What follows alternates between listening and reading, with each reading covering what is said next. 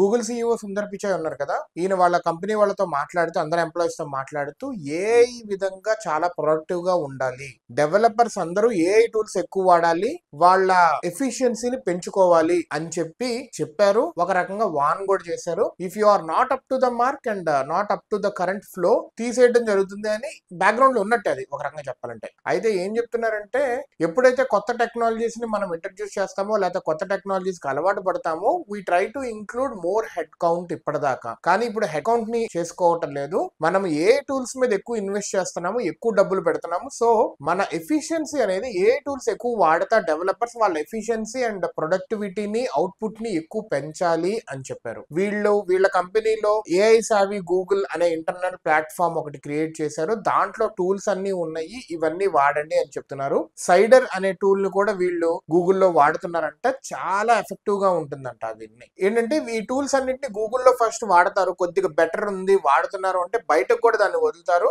And premium versions కాకుండా normal గా వదులుతారు. సో దట్ దాని ఫీడ్బ్యాక్ మెకానిజం తీసుకుంటా ఉంటుంది అండ్ ద బెస్ట్ వస్తూ ఉంటుంది అనమాట. అవి ప్రొడక్ట్స్ కింద వదులుతారు బయటికి. So that becomes an income to the Google ఒక రకంగా చెప్పాలంటే. ఈ ఏఐ టూల్స్ అన్నింటినీ వాడాలి అండ్ గూగుల్ అనేది డీప్ మైండ్ తో కాంట్రాక్ట్ లో ఉంది, అండ్ డీప్ మైండ్ వాళ్ళు కొన్ని లెర్న్ విత్ జెమినీ ఇట్లాంటి కోర్సెస్ కొన్ని పెడుతున్నారంట.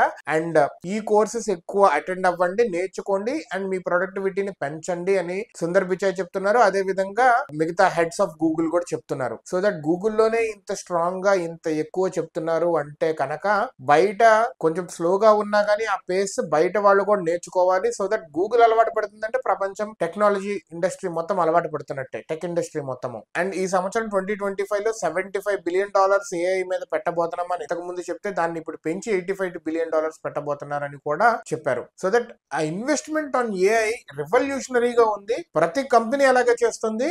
మనము as a user or else మనము as a developer we should be acquainted to this and we should be in a use of this. So please be careful all the developers. And కొత్తగా వచ్చే students కూడా college లో 4th year లో ఉండేటప్పుడు చిన్న చిన్న internships కానీ projects కానీ చేసేసేయండి. మాస్టర్స్ కుదిరితే చేయండి, దీంట్లో స్పెషలైజేషన్ తీసుకొని చేయండి. ఇదే అని కాదు, ఒక ఇండస్ట్రీ స్పెసిఫిక్ ఇండస్ట్రీ అని కాదు, ప్రతి దాంట్లో రోబోట్స్ వస్తున్నాయి, ఇటు పక్క డెవలప్మెంట్ లో వస్తే కొత్త ఐడియాస్ వస్తున్నాయి, కొత్త లాంగ్వేజెస్ వస్తున్నాయి. అదే విధంగా ఫార్మింగ్ లో చూస్తున్నా కానీ మనకి డ్రోన్స్ కానీ ఇవన్నీ వస్తున్నాయి. ఫార్మింగ్ లో కూడా, క్లైమేట్ లో కూడా, ఒకటని కాదు అన్నింటిలో వస్తున్నాయి. ఫుడ్ ఇండస్ట్రీలో కూడా డిఫెక్ట్ ఐడెంటిఫికేషన్, ఇప్పుడు యాపిల్ ఉంది, యాపిల్ డిఫెక్టా కాదా అనేది ఏఐ ద్వారా కానీ ఐడెంటిఫై చేయడంలో, సో దట్ ఆ మెషిన్ అనేది ఆ డిఫెక్ట్ ఉన్నదాన్ని సెకండ్ గ్రేడ్ లో వేయటము, బెస్ట్ గా ఉన్నదాన్ని ఫస్ట్ గ్రేడ్ లో వేయటము, ఇట్లా take an industry there AI is playing a major role. ఏ ఇండస్ట్రీలోనూ దాంట్లో how you can be an extraordinary performer and you leveraging this AI skills అనేది చూసుకోండి.